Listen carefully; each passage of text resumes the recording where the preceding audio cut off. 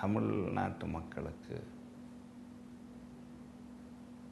புலிகளின் சார்பில் அல்லது புலிகள் செய்த இந்த கொலைக்கு மன்னிப்பு கோருகின்றேன், மன்னிக்கும்படி வேண்டுகின்றேன். இது புலிகளின் ஒரு பிரபாகரனின் பொட்டம்மானின் தவறான ஒரு முடிவு. So on that note, both India and in Sri Lanka, people on both the countries have paid a heavy price for LTT and the actions that it undertook. Now all of that is in the past. You are also looking forward. You've also given up the ideology of a violent armed struggle. Now you're looking into the future. The Tamil National Alliance is now negotiating with the government, on devolution of powers and various kinds of arrangements. What do you think, from your point of view, is a solution that Tamils in Sri Lanka should accept? இந்த நாட்டில் வாழும் தமிழ் மக்களுக்கும் பெரும்பான்மை மக்களுக்கும் இடையில் நடந்து கொண்டிருக்கும் இந்த பிரச்சனை 100 ஆண்டுகளாக நடந்து கொண்டிருக்கும் பிரச்சனை. இந்த நாட்டின் வரலாற்றை பார்த்தால் சில சமயங்களில் ஒன்றாக வாழ்ந்திருக்கின்றோம், சில சமயம் பிரிந்து வாழ்ந்துருக்கோம். வரலாறு கடந்த 100 ஆண்டுகளாக நடந்து கொண்டிருக்கும் பிரச்சனை.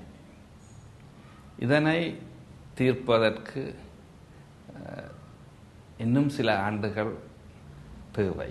ஒன்று, ஆயுத போராட்டம் அது முடிந்து விட்டது. அதை பற்றி யாருமே கதைக்க தேவையில்லை. Past is past. ஆயுத போராட்டத்தை ஆரம்பித்தவர்கள் ஆயுத போராட்டத்தை முடித்து வைத்திருக்கின்றார்கள். மிஞ்சி இருக்கிற ஒரு சிலர் நாங்கள் கூறுகின்றோம் இங்கு ஆயுத போராட்டம் முடிந்துவிட்டது. எந்த ஒரு நாடோ அல்லது இந்தியாவோ இந்த தமிழ் ஈழம் தனிநாடு என்றதை ஏற்றுக்கொள்ள தயாரில்லை. எனவே இந்த தமிழ் ஈழம் என்ற அந்த கனவு, அந்த இலட்சியம் அதுவும் முடிந்த கதை. ஒன்றுபட்ட இலங்கைக்குள் ஒன்றாக சேர்ந்து வாழ்வதற்குரிய ஒரு சூழலை உருவாக்கியாக வேண்டும். மிகவும் கடுமையான ஒரு காரியம். ஏனென்றால் 30 வருடத்திற்கு மேல் போர் இரு துருவங்களாக ஆக்கிவிட்டது. என்னை பொறுத்தவரை மிகவும் கடுமையான காரியம். ஆனால் முயற்சித்தால் அது முடியும். அதற்குரிய தருணம் தற்போது மிகவும் பிரகாசமாக இருக்கின்றது. அரசாங்கமும் TNAயும் பேசிக்கொண்டிருக்கின்றார்கள். நல்ல விஷயம், வரவேற்க வேண்டிய விஷயம். இந்த பேச்சுவார்த்தை தொடர வேண்டும். அவர்கள் இந்த பிரச்சனையை சுமூகமாக தீர்க்க வேண்டும். அதனை குழப்புவதற்கோ அல்லது அதனை டிஸ்டர்ப் பண்ணுவதற்கோ எந்தவித சக்திகளும் முனையக்கூடாது. இந்த நாட்டு மக்கள் விரும்புகின்ற, அதாவது இருதரப்பும் விரும்புகின்ற ஒரு தீர்வை அதிலும் தமிழ் மக்கள் ஏற்றுக்கொள்ளக்கூடிய, அது அவர்கள் அவர்களை திருப்திப்படுத்தக்கூடிய ஒரு விதமான ஒரு தீர்வுக்கு நாங்கள் வருவது நல்லது. அதே நேரம் பெரும்பான்மை சமூகம் இந்த நாட்டில் நீண்ட காலமாக அவநம்பிக்கையுடன் இருக்கின்றார்கள். அவர்களை நாம் அவர்களுடைய மனங்களை வென்றாக வேண்டும். அவர்களுடைய ஆதரவு இல்லாமல் நாம் ஒன்றையும் செய்ய முடியாது. அவர்களுடைய மனங்களை வெல்வதற்கு நாம் முயற்சிக்க வேண்டும். இது ஒரு நீண்ட ஒரு முயற்சி. ஆனால் இதுதான் இருக்கின்ற ஒரே வழி. இந்த வழியை விட்டால் யாருக்குமே இந்த நாட்டில் ஒளிமயம் இல்லை, எதிர்காலம் இல்லை. இந்த நாட்டிற்கு தேவையானது ஒரு இது இந்த நாட்டின் அத்திவாரமே பல் சமூகம், பல் கலாச்சாரம், பல் மொழி பேசுகின்ற ஒரு இதுதான் இதுகின்ற அடிப்படை அத்திவாரம்.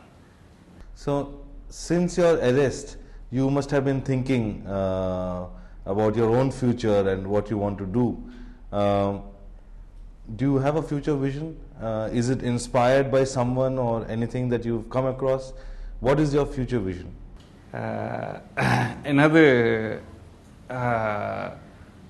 எனது விருப்பம், எனது முயற்சி, நான் கடந்த காலங்களில் எனது வாழ்க்கையில் கிட்டத்தட்ட 3 தசாப்தங்கள் விடுதலை போரில் போய்விட்டது. 3 தசாப்தத்துக்கு மேலாக.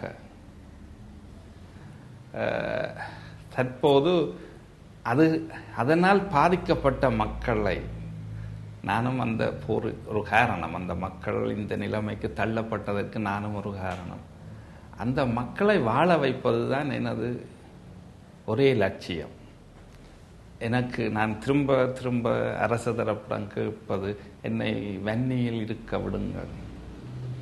என்னை பொறுத்தவரையில் அந்த மக்கள், அந்த பிள்ளைகளுடன், ஆயிரக்கணக்கில் பெற்றோரை இழந்த பிள்ளைகள் இருக்கின்றார்கள், அவர்களுடன் வாழ வேண்டும். அவர்களை ஒரு நல்ல பிரஜைகளாக உருவாக்க வேண்டும், நல்ல கல்வி அறிமான்களாக உருவாக்க வேண்டும்.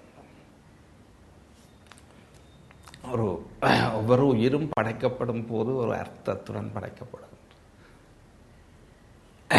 என்னை பொறுத்தவரையில் எனக்கு ஒரு குடும்ப வாழ்க்கை இருந்தாலும்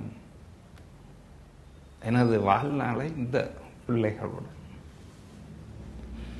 அவர்களை வாழ வைப்பதற்கு, அவர்களுக்கு பாசம் கொடுப்பதற்கு யாருமே இல்லை, பெற்றோர் இல்லை.